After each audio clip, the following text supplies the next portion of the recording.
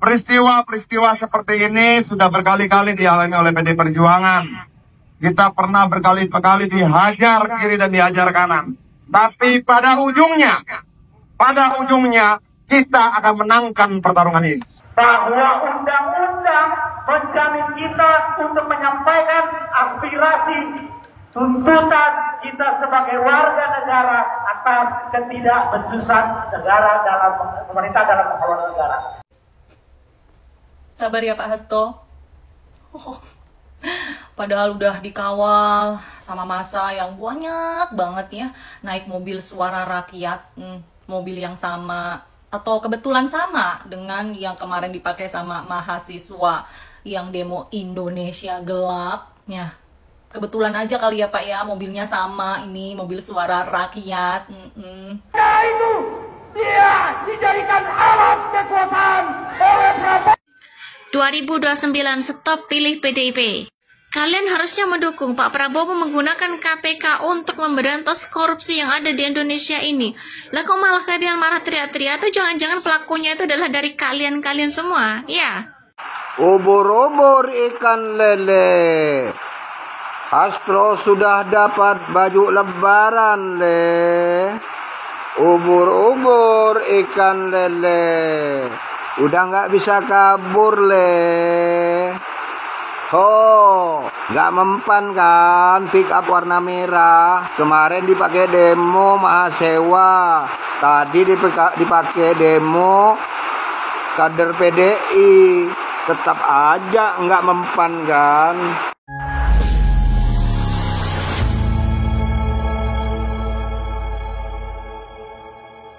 Assalamualaikum warahmatullahi wabarakatuh, saudara-saudaraku sebangsa dan setanah air. Dimanapun kalian berada, semoga kalian selalu dalam kondisi sehat walafiat. Berjumpa lagi dengan saya di Gaspol Update ya. Kami bukanlah buzzer pihak manapun, kami hanya menyajikan keputusan ada di tangan Anda. Teman-teman, ini ada video yang menurut saya cukup menarik, yakni tentang demo yang digelar oleh komunitas kebo ya. Kok komunitas kebo bang? Bukannya kebo ini partai? Iya, tapi menurut saya udah nggak layak lagi lah disebut partai ya kan. Saya berharap izinnya, SK-nya sebagai partai di negeri ini ya perlu ditinjau ulang lah ya. Kenapa? Bikin gaduh terus. Jadi ini kelompok ini demo di depan gedung KPK ya. Mereka menuntut agar si Moncong Kura-Kura dibebaskan ya. Baik tadi malam ya maupun tadi pagi juga ada demo ya. Lah gimana mau dibebaskan ya? Kalau nanti yang bersangkutan bisa membuktikan ya tidak terlibat, tidak bersalah ya, baru nanti akan dibebaskan. Lah kalau ujuk-ujuk dibebaskan, itu justru ya berarti hukum tidak ditegakkan dengan baik gitu loh. Dari sini kami menduga gitu ya, bahwa sebetulnya demo Indonesia Gelap yang kemarin-kemarin ini digelar ya oleh segelintir atau seupil mahasiswa di Jakarta itu adalah sebuah bentuk ya bergaining ya atau daya tawar gitulah yang ingin ditunjukkan gitu ya, pesai war yang ingin dikirimkan gitu ya, pesan yang ingin dikirimkan oleh si Moncong Kura-Kura ya kepada pemerintah agar KPK itu urung ya, alias tidak jadi menahan dirinya. Nggak taunya ya kan, pemerintah melalui KPK tidak takut sama sekali. Ya iyalah. Jadinya apa? Sekarang si Moncong Kura-Kura telah ditahan ya kan. Dan sudah selesai katanya Mas Prahen Wijaya. Berani taruhan nggak teman-teman dengan saya? Ha? Taruhan apa bang? Potong rambut ya. Setelah ini bisa dipastikan isu tagar tabur aja dulu ya kan. Kemudian demo Indonesia Gelap akan hilang. Percaya nggak? Ayo ha? Karena apa? Ya biang keroknya sudah pakai rompi oren. Nah, bagaimanakah videonya dan bagaimanakah respon netizen? Mari kita tonton bersama. Kemudian mari kita komentari bersama di bagian akhir video. Ini dia. Yang bisa menjelma dalam berbagai bentuk orang. Jelas ya?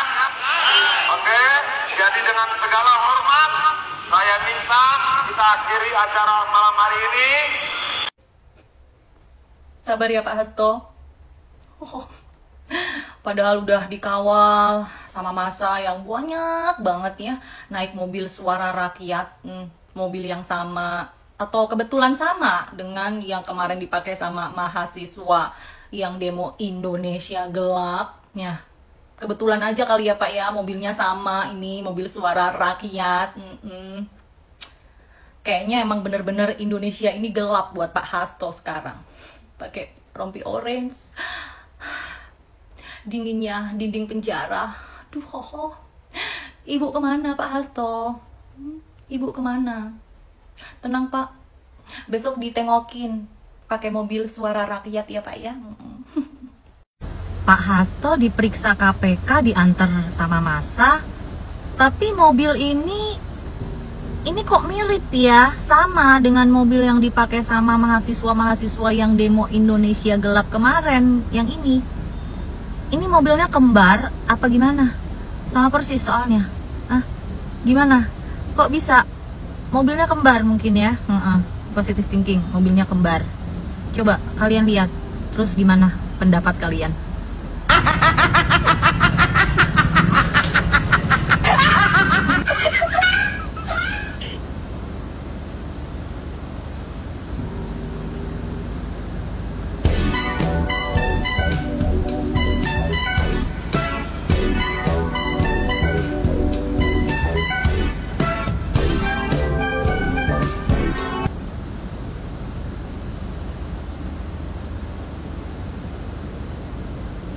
Iya.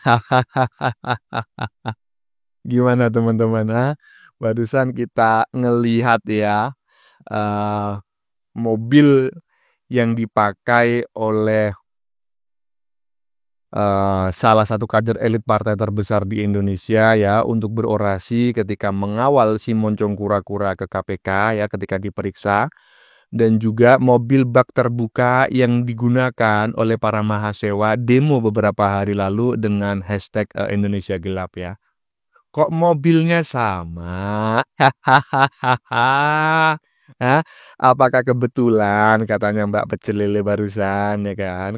Apakah kebetulan? Kok sama ya? Dari sini udah paham kan? Siapa biang kerok atau orang yang menggerakkan demo Indonesia Gelap dan hashtag kabur aja dulu ya? Sebetulnya kabur aja dulu itu hashtag untuk siapa sih? Moncong Kura-Kura ya kan? Disuruh kabur daripada jadi tersangka dan ditahan. Nah, iya, gelap. Indonesia Gelap itu untuk siapa? Untuk si Moncong Kura-Kura. Gelap itu karena ditahan.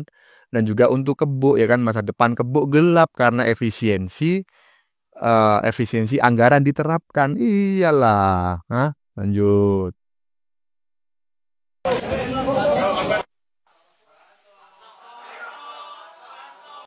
Ubur-ubur ikan lele. Astro sudah dapat baju lebaran le. Ubur-ubur ikan lele. Udah nggak bisa kabur le. Nggak mempan kan pick up warna merah. Kemarin dipakai demo mahasiswa. Tadi dipakai demo kader PDI. Tetap aja nggak mempan kan. Nah, perlu kalian tahu, yang mendukung maling itu juga maling. Yang datang ke KPK ramai-ramai itu semuanya maling. Udah tahu koruptor didukung, ya kan, demo. Nggak tahu siapa di balik demonya mahasiswa. Woi, tahu nggak? Pada tahu nggak? Ubur-ubur ikan lele nggak mempan le. Ya iyalah, jangan kau samakan toh ya. Pemerintahan saat ini dengan 10 tahun atau 20 tahun yang lalu. Mungkin kalau pada pemerintahan Jokowi toh, kau masih bisa bertengger toh, kau masih punya daya tawar toh. Kenapa? Karena Jokowi diusung oleh partai terbesar di Indonesia toh ya. Jokowi bukan orang bodoh toh, ya kan? Jokowi memilih berkhianat kepadamu itu di akhir-akhir masa jabatannya toh. Kenapa? Ya iyalah, karena kalau masih masa jabatannya panjang, bisa kau goyang terus itu Jokowi, ha?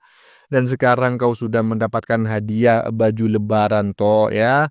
Baju lebaran yang sangat mahal berwarna oranye toh. Ha? Iya. Ha? Aduh, nggak mempan lagi kau demo-demo toh, kau bayar mahasiswa untuk membuat Indonesia gaduh dengan hashtag Indonesia gelap. Nggak mempan toh. Emang toh siapa bang? Itu si Ganjel itu. Toh, Ganjel toh gitu. Lanjut. Negara. Apa kok? Sudah, oke. Dan lagi. Sudah bernegosiasi Oke, dengan water pihak dan kepolisian udah terinformasi supaya sudah. terkait tidak Mundur, ditembakkan. Oke lah, ya yang pasti kita tidak perlu gelisah lagi bahwa undang-undang menjamin kita untuk menyampaikan aspirasi tuntutan kita sebagai warga negara atas ketidakbecusan negara dalam pemerintah dalam mengelola negara. Artinya, ruang ini ruang apresiasi bebas. Ini adalah ruang demokrasi. Ini adalah ruang-ruang politik penyampaian aspirasi yang tidak perlu kita cemaskan karena dihadapkan pada laras panjang, senjata, barakuda, peluru, gas air mata dan lain sebagainya.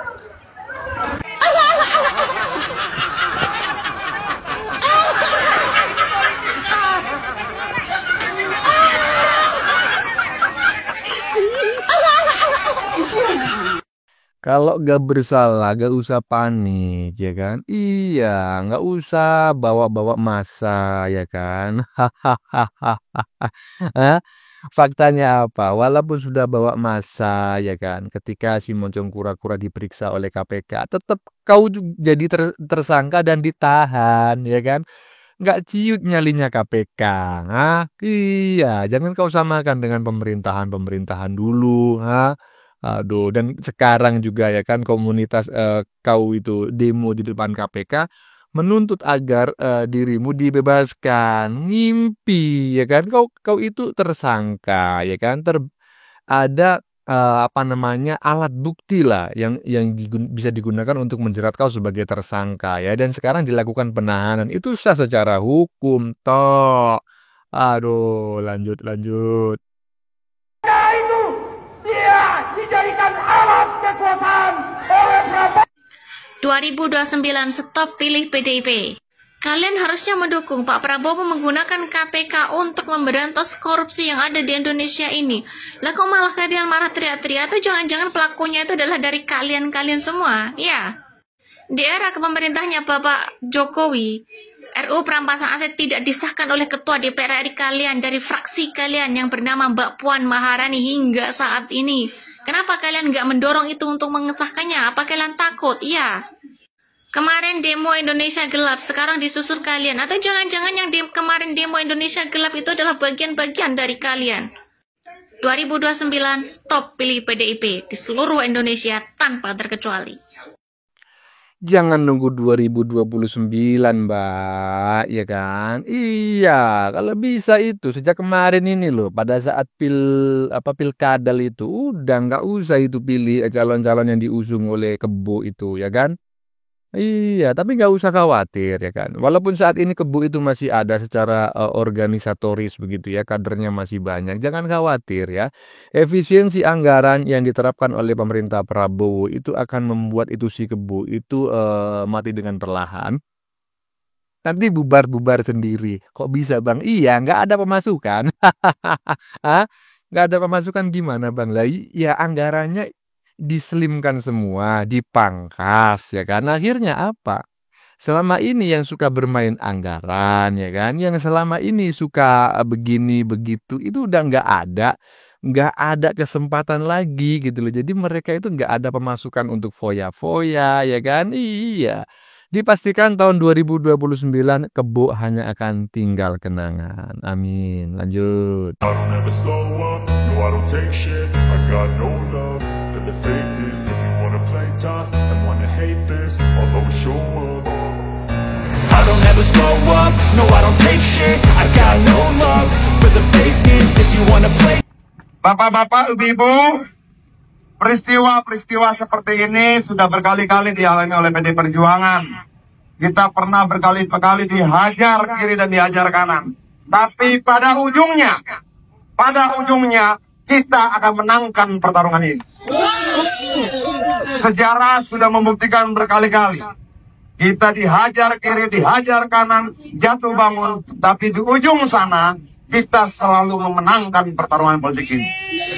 Bapak-bapak, ibu-ibu, malam hari ini kita akan tunjukkan pada seluruh rakyat Indonesia, pada bapak-bapak polisi, pada KPK, bahwa kita adalah partai politik. Kita bukan gerombolan, kita bukan kerumunan. Partai politik harus terpimpin. Betul? Setuju? Sampai hari ini kita akan menunggu instruksi dari ketua umum kita apa yang akan dilakukan. Tapi percayalah bahwa apa yang disampaikan Pak Magdir ini bukan akhir, ini awal. Banyak orang malam ini mungkin tertawa terbahak-bahak, tapi pemenang sejati akan tertawa di akhir nanti.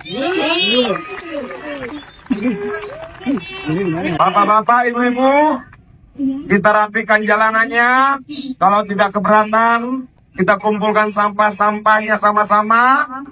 Oke? Kita ingin katakan pada semua orang, musuh kita bukan KPK, musuh kita bukan polisi, musuh kita bukan tentara, bukan siapa-siapa. Musuh utama kita ketidakadilan yang bisa menjelma dalam berbagai bentuk orang. Jelas ya? Oke, jadi dengan segala hormat, saya minta kita akhiri acara malam hari ini. Kita sudah menjaga sekjen dengan sangat baik. Dia tadi saya lihat sangat tegar. Dan dia katakan pada kami di sini, pada Mbak Ning dan sebagainya, sampaikan pada kader PD Perjuangan, tetap jaga untuk selalu hidup dalam semangat yang tidak menjadi padat. Jadi bapak-bapak, ibu-ibu, pulang ke rumah, istirahat, dan konsolidasikan barisan kita, rapatkan barisan. Bangunkan semua banteng-banteng yang masih lelap tertidur. Datangi rumah banteng-banteng yang terpencil. Sambil kita menunggu perintah ketua umum. Setuju? Setuju? Oke, bapak-bapak, ibu-ibu, tolong Satgas nanti dibantu, diamankan. Kalau ada pihak-pihak lain yang mau memprovokasi, nggak apa-apa, nggak usah didengerin. Setuju ya? Setuju ya? Pertemuan kita malam hari ini dilihat langsung oleh ketua umum kita. Kita harus berikan dia cerita bahwa anak-anaknya mungkin nakal, mungkin bandel, tapi tetap terpimpin di bawah komando ketua umum Hajah Megawati Soekarno Putri. Setuju ya? Oke, bapak-bapak, ibu-ibu, terima kasih buat waktunya. Kalau Mbak Ning mau menyampaikan sesuatu, cukup?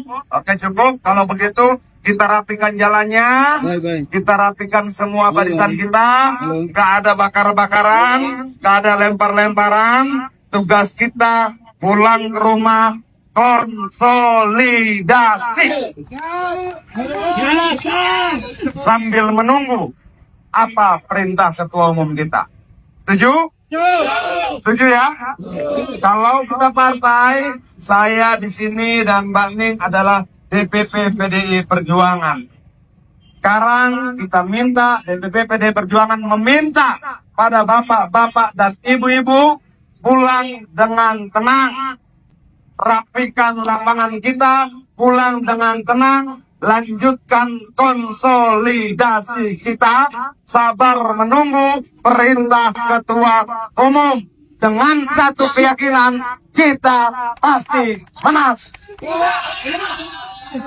Mereka Waduh, keren kali ya pidatonya. Sangat menggemparkan. Ya, bapak-bapak, ibu-ibu ya kan. Aduh, kasihan kali aku sama teman yang satu ini ya kan. Begitu si Moncong kura-kura menggunakan baju oranye tahanan KPK. Aduh, termenung kali tadi kan di bagian depan ya. Coba saya bacakan tadi. Ekspresi kader elit partai terbesar di Indonesia termenung melihat si Moncong kura-kura berompi oranye ya. Eh, Kader elit itu tadi didampingi oleh seorang kuasa hukum yang lebih tepat disebut sebagai ahli nujum ya. Inilah sebetulnya kesalahan si Moncong kura-kura yang pertama. Salah memilih kuasa hukum, ya kan? Seharusnya kuasa hukum itu ahli hukum yang ditunjuk gitu loh. Walaupun bayarnya agak mahal gitu kan. Jangan ahli nujum. Jadinya kalah, ya kan? Aduh. Ya, pulang ke rumah katanya tidur, ya kan? Nggak usah demo. Nunggu instruksi dari Ibu Ketum. Emang Ibu Ketum kau itu siapa? Ya, bagi kader-kader Kebo ya patut lah untuk hormat dan mengikuti instruksinya Ibu Ketum. Bagi yang bukan kadernya Kebo, ya kan? Ya nggak ada apa-apanya. Lanjut. Partai Gerindra itu sudah pernah juga seperti ini, ya. Ya, artinya kader kita sudah pernah kena seperti ini. Apakah dari Partai Gerindra pernah bersuara ini kriminalisasi? Apakah Partai Gerindra pernah menyatakan ini politisasi? Tidak pernah. Bahkan kita, ya, Partai Gerindra mengkoreksi ke dalam apa yang salah dengan kita. Apa yang ada yang salah dengan kita. Jadi kita koreksi ke dalam. Nah, ini maksud saya bahwa kami ingin bermawas diri, tidak ingin berpolemik dalam hal seperti itu, menggeser opini publik bahwa kalau memang kita salah, kita bilang kita salah, ya sudah kita salah, dan kita dibuktikan jalani di proses. pengadilan. Ya, seperti itu. Bung Abraham, dari Komisi 3 melihatnya penahanan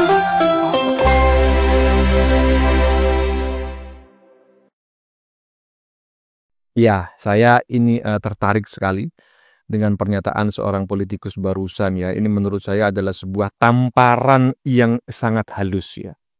Namanya tamparan, halus ataupun kasar, ya tetap menyakitkan. Kan macam kayak gitu. Iya, jadi menurut saya ini ya perlulah ya. Si kader Kebo ya, terutama kader-kader elit termasuk Ibu Ketum, termasuk si Sekjen yang sampai saat ini juga belum dipecat gitu ya. Walaupun sudah jadi tersangka dan sudah di penjara gitu kan. Ya, lebih baik itu introspeksi diri gitu loh. Jangan cuma menyalahkan orang lain gitu. Terkadang itu orang lain itu sifatnya itu mereaksi gitu ya. Sementara aksinya itu datang dari diri kita sendiri gitu loh. Jadi kita melakukan aksi dan orang lain mereaksi gitu loh, ya kan? Nah, ketika orang lain itu mereaksinya kurang baik, ya jangan menyalahkan orang lain, introspeksi gitu loh, seperti yang disampaikan oleh politikus barusan. Nah, jangan cuma bisa nyalahin orang lain aja. Nah, lanjut. Sebagai serangan terhadap partai kami. Ya, akhirnya PD Perjuangan memberikan tanggapan terhadap penahanan Pak Hasto oleh KPK. Namun yang menggelitik dalam hati adalah kenapa sih PD Perjuangan dalam pernyataannya selalu mengaitkan penahanan Hasto dengan politisasi, serangan kepada partai yang dilakukan oleh mantan kadernya yaitu Pak Jokowi. Perlu diingat bahwa menuduh seseorang itu tanpa bukti yang kuat akan menjadi bumerang bagi partai ini. Tidak sadar bahwa Pak Jokowi hampir seluruh rakyat Indonesia sayang dengan Pak Jokowi. Terbukti dengan pembangunannya. Saran saya kepada PD Perjuangan, terutama tim kuasa hukum, belalah Pak Hasto sesuai dengan koridor, sesuai dengan jalan hukum yang semampu Anda. Jangan mencoba untuk mengkambing hitamkan, terutama Pak Jokowi. Seperti yang dibilang oleh kadermu sendiri, bahwa melawan orang baik itu tidak boleh. Akhirnya ya seperti ini. Dalam konferensi pers malam ini jelas menyampaikan bahwa inilah serangan Jokowi terhadap Partai PD Perjuangan ini. Sebelum ini juga kuasa hukum juga membuat orasi setelah penanganan Hasto di jalanan, mungkin itu di luar gedung KPK, memberikan pernyataan bahwa ini adalah perlawanan terhadap mantan penguasa, yaitu Jokowi. Kalau ini dilanjut, saya ragu akan eksistensinya Partai PD Perjuangan ini, yang mana selama ini mereka ini berbicara tentang supremasi hukum, menghargai hukum, kooperatif, dan bahkan di dalam konferensi persnya resmi oleh PD Perjuangan ini menyatakan bahwa tidak ada urgensi untuk menahan Hasto, dan juga menyebutkan bahwa Hasto adalah selama pemanggilan KPK selalu kooperatif. Dan nyatanya penahanan ini adalah panggilan kedua. Kooperatifnya di mana? Kecurigaan terhadap Hasto atas penahanannya, tentu penyidik tidak mau kecolongan seperti Harun Masiku, di mana di dalam fakta persidangan jelas terbongkar chatting, hasil sadapan chatting antara Harun Masiku dengan salah satu pegawai atas perintah atau amanah. Ya tentu saja penyidik KPK tidak mau kecolongan. Tentu saja penyidik KPK menggunakan naluri penyidiknya untuk menjaga jangan sampai terjadi penghilangan jejak, pelarian, atau penghilangan barang bukti. Penahanan terhadap seseorang tersangka itu, ya saya pikir itu hal-hal yang wajar, tidak perlu didramatisir. Apapun kasusnya, selama dia ditersangkakan dengan pasal, dalam pasal yang menyatakan di atas 2 tahun, ya hal-hal yang wajar untuk ditahan. Tidak ada yang menjadi masalah di situ. Ya kalaupun PD Perjuangan sedang melakukan pra-peradilan, ya dijalani aja. Toh penahanan Hasto 20 hari, dan PD Perjuangan dan tim juga berhak untuk bertemu dengan Hasto, tidak ada masalah. Penahanan ini sesungguhnya adalah penahanan yang biasa, namanya juga tersangka. Jadi lagi-lagi konferensi pers ini rasa-rasanya ingin membenturkan antara dua kubu, ya. Tidak cuma Hasto yang tersangka itu ditahan, rata-rata yang namanya tersangka asalkan memenuhi pasal tuntutan yang dijatuhkan dalam pasalnya itu mengatakan ya 5 tahun barangkali, atau di atas 2 tahun ya bisa ditahan. Itu pun kalau ada unsur-unsur yang lain seperti melarikan diri, menghilangkan jejak, membuat kegaduhan seperti konferensi pers, ya wajar ditahan. Dan ini penahanan yang biasa, tidak perlu didramatisir. Ini adalah titik yang tidak disadari oleh PD Perjuangan. Semakin banyak berbicara seperti ini, akan semakin turun popularitas daripada partai ini. Kenapa? Masyarakat akan menilai bahwa mereka tidak menjunjung tinggi, tidak menghargai supremasi hukum yang selama ini diagung-agungkan, ya. Jadi udahlah, kepada masyarakat kita harus pandai-pandai melihat ini adalah permainan politik oleh PD Perjuangan dengan konferensi pers segala, berbicara di media segala, dan segala macam lah itu. Tidak ada yang perlu dicurigai dalam penahanan ini. Ini penahanan biasa. Ini penahanan biasa. Yang namanya tersangka pasti ditahan. Tidak perlu dramatisir, politisasi apa segala macam.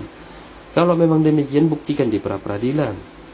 Ya, di awal juga membongkar video, sampai sekarang nggak terbukti video-video itu. Ya, yang kemarin juga konferensi pers juga menyatakan dia dikriminalisasi, inilah segala macam-macam lah itu. Hari ini juga, malam ini konferensi pers juga dengan menyatakan sikap politik bahwa inilah penahanan politik oleh dan ini juga serangan untuk partai oleh pemerintahan sebelumnya, yaitu Joko Widodo, melibatkan orang lagi. Ya udah baik-baik aja, ini penahanan biasa, nggak ada masalah. Kalau undang-undang yang disebutkan bahwa pra-peradilan memutuskan penahanan Hasto tidak sah, ya sudah, lepas. Penjatuhan Hasto sebagai tersangka tidak sah dikatakan hakim, ya memang lepas. Dan itu undang-undang, peraturan. Jadi ini, sekali lagi, ini adalah penahanan biasa. Seorang tersangka ya wajar ditahan, tidak ada maksud lain. Ya, jadi masyarakat nggak usah terlalu mendengar ini gaya-gaya komunikasi politik. Oke? Ya, sama aja ini ya. Yang disampaikan oleh Mas Hengki ini dengan yang disampaikan oleh politisi sebelumnya tadi ya kan. Kok macam kayak gini disebut serangan ya kan. Dulu saya masih ingat ya, Johnny G. Plate itu dipenjara ya kan, ditetapkan sebagai tersangka dan ditahan oleh KPK. Yang pada saat itu Johnny G. Plate ini sebagai menteri apa dulu ya, pertanian apa, lupa saya. Kayaknya iya ya kan. Dan saat itu partai terbesar di Indonesia tampil ya sebagai pembela Jokowi bahwa penahanan ya, penetapan status Johnny G. Plate ya sebagai tersangka yang merupakan berlatar belakang kader Partai Nasdem ini murni pelanggaran hukum ya, bukan politisasi dan lain sebagainya ya toh. Nah, tapi sekarang apa yang terjadi? Semua nasib, semua kondisi yang kurang baik yang dialami oleh partai terbesar di Indonesia selalu mencari kambing hitam ya. Seolah-olah ini adalah serangan gitu kan. Nah, kemudian ini adalah sebuah pemberangusan, ini adalah beginilah, ini adalah begitulah. Jadi ada upaya untuk mendramatisasi dengan tujuan ya flying victim ya, istilah kerennya flying victim ya. Jadi macak korban ya. Jadi menurut saya apa yang disampaikan oleh Mas Hengki barusan ya, yang juga merupakan berlatar belakang sebagai seorang pengacara ya, lawyer di Sumatera Utara, ini saya sangat sepakat apa yang disampaikan gitu, bahwa ya seharusnya itu nggak beginilah gitu kan. Partai ini janganlah selalu mengatakan ini diserang, ini adalah suruhan Jokowi, macam kayak gitu, kayak gini. Alah, udah nggak zaman bro. Rakyat nggak mudah kau bohongi macam kayak gitu ya. Maupun kau sebarkan hashtag kabur aja dulu, Indonesia gelap, nggak ngefek ya, nggak ngefek sama sekali ya. Ya teman-teman, sudah kita saksikan bersama beberapa video yang sudah kami sajikan. Tadi di bagian depan kita lihat bersama video tentang netizen yang men-spill kendaraan bak terbuka yang digunakan untuk berdemo ya.